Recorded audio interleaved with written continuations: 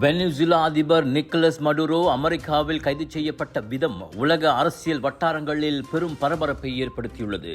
இந்த கைது நடவடிக்கை பல மாதங்களுக்கு முன்பே திட்டமிடப்பட்ட ஓர் ரகசிய நுணுக்கமான நடவடிக்கை என அமெரிக்க இராணுவ தரப்பிலிருந்து வரும் செய்திகள் தெரிவிக்கின்றன. நேர்த்தியான உளவு தகவல் சேகரிப்பு, தொடர்ச்சியான கண்காணிப்பு மற்றும் பாதுகாப்பு நடைமுறைகளின் ஆய்வு ஆகியவை இதில் முக்கிய பங்காற்றியுள்ளன.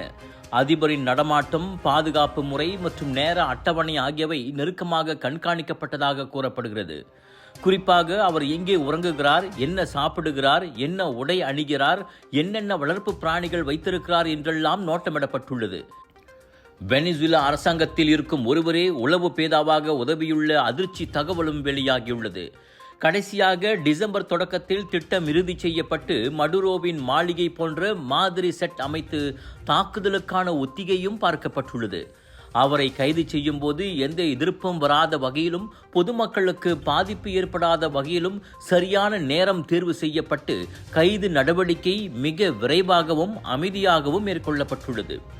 அதிபர் மாளிகை வட்டாரங்களால் எதையும் முன்கூட்டியே கணிக்க முடியவில்லை என்பதோடு எதையும் தடுக்கவும் முடியவில்லை.